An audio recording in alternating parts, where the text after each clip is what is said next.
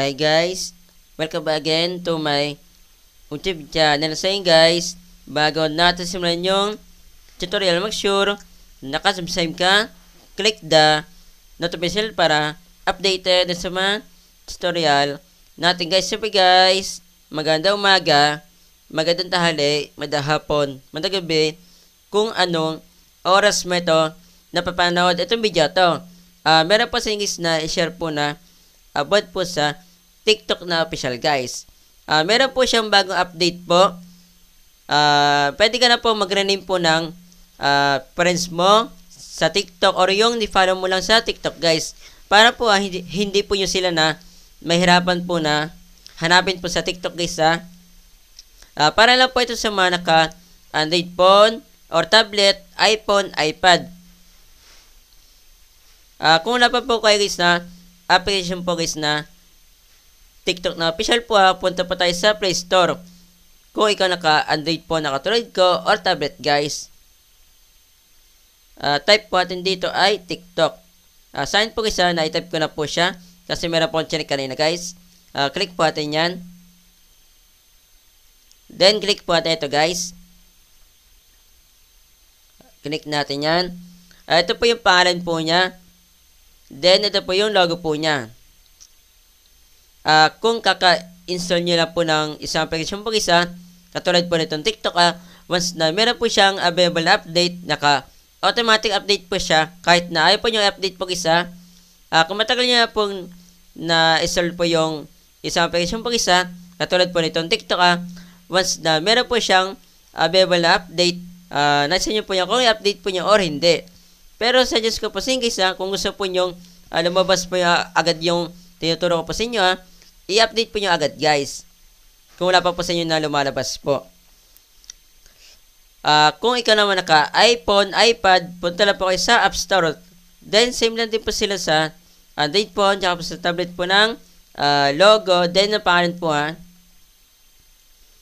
kung kaka-install nyo lang po ng isang application po isa, katulad po nitong TikTok, once na meron po siyang lumabas na update, naka-automatic update po siya, kahit na ayaw po niya update po, same lang din po sila sa Android phone, tsaka po sa tablet guys. Kung matagal niya pong na-install po yung isang application po isa, katulad po nitong TikTok, once na meron po siyang available na update, nasa inyo po yung kung i-update po niyo or hindi. Suggest ko po sa inyo kung wala pa po lumalabas po sa inyo na yung tinuturo ko po sa inyo i-update po niya para po lumabas po siya. Punta na po tayo din sa TikTok. Tara, let's go! Depende po sa inyo kung ano po yung gagamitin po yun na account. Yan.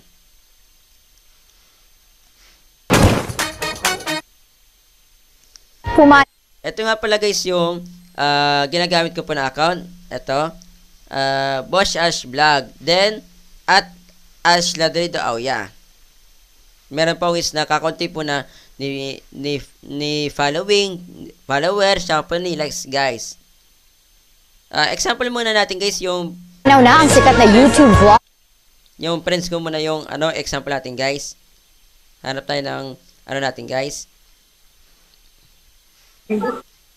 King Tyler. Hanap muna tayo guys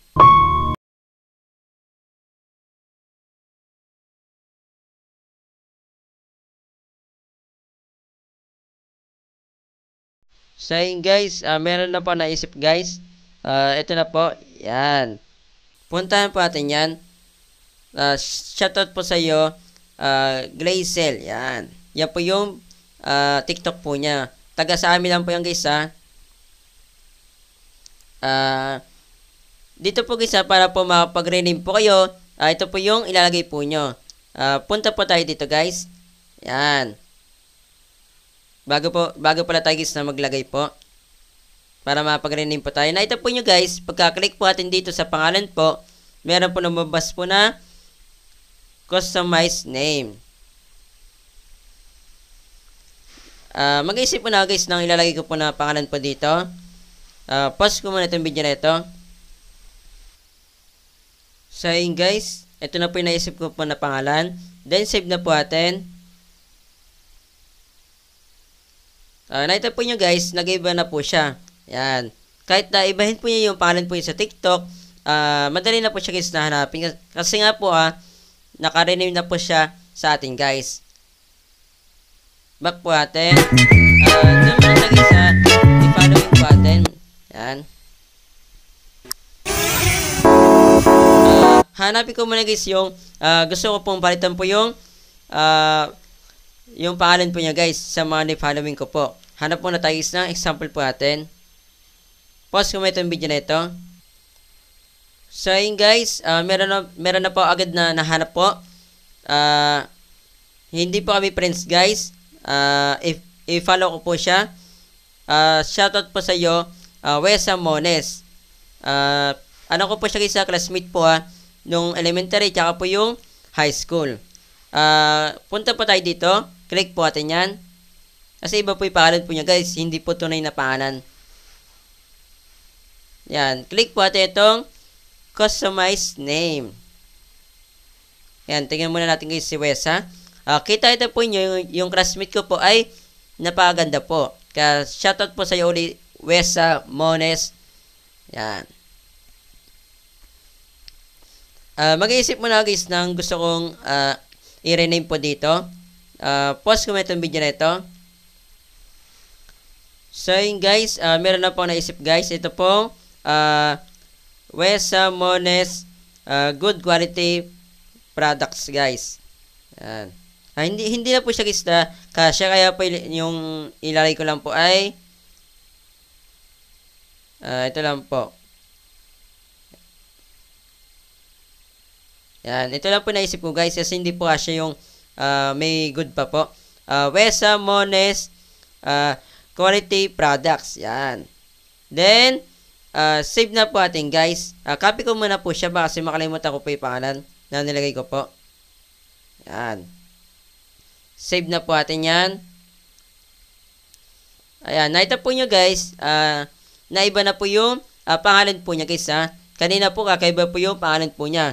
Ngayon po Wesa Mones quality products na po. Back na po natin. Punta po tayo sa profile po natin. Back po natin yan. Punta po tayo dito sa profile po natin. Unahin muna natin guys yung friends muna natin. Type po natin dito. Click po natin yan. Type po natin yung nirename po natin. Yan. Lumabas na po siya. Legit shop. Ayan. Ayan guys yung nilagay po natin. Kanina po, andun pa lang po tayo sa Glazel. Lumabas po yung kung ano po yung nakalagay po na pangalan po niya ng una guys.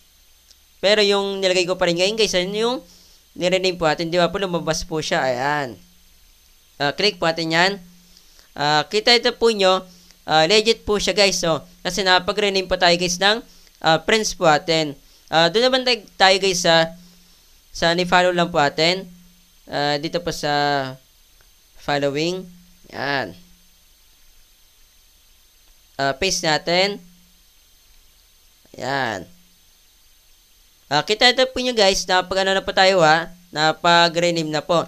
Kaya hindi na po tayo guys na mahirapan po na hanapin po yung hinahanap po natin na pangalan po sa TikTok guys. Kasi nga po, ang karamihan po dyan guys, sa una po naglalagay po sila ng pangalan, after po ng mga ilang buwan, ilang linggo, ay magpapalit na po sila guys ng pangalan. Kaya po napakahirap po sila guys na hanapin. Kung meron po kayo nahanap po dyan na binibilhan po yun na shop, mas maganda guys na i-rename po nyo. Kahit na i-rename po nila sa mismong account po nila, kung ano man yung nilagay po na pangalan po na ni-rename, yun pa rin po yung mahanap po nyo guys. Para po mahanap po nyo sila, pakashare po ito mismong video sa mga kaklan nyo guys na meron pong TikTok na official guys na hindi pa po nila alam na pwede pong mag-rename po ng pangalan po na friends man nila or ni follow lang po nila guys. Para po madali po nila guys na hanapin po kahit na nagpalit na po sila ng pangalan. Kahit na hindi po nyo kakilala guys, basta meron po silang TikTok na official guys, nakita po nyo. Para po alam na po nila guys na pwede na po mag-rename po ng friends po nila or yung ni-follow po nila guys. Para po kahit na magpalit na po sila ng pangalan, kung ano man yung nilagay po yun na pangalan po sa nirename po nyo, madali na po sila guys na hanapin guys. Kapag sinare nyo ito mismong video na dami itong views, mas madami tayong natulong na tao.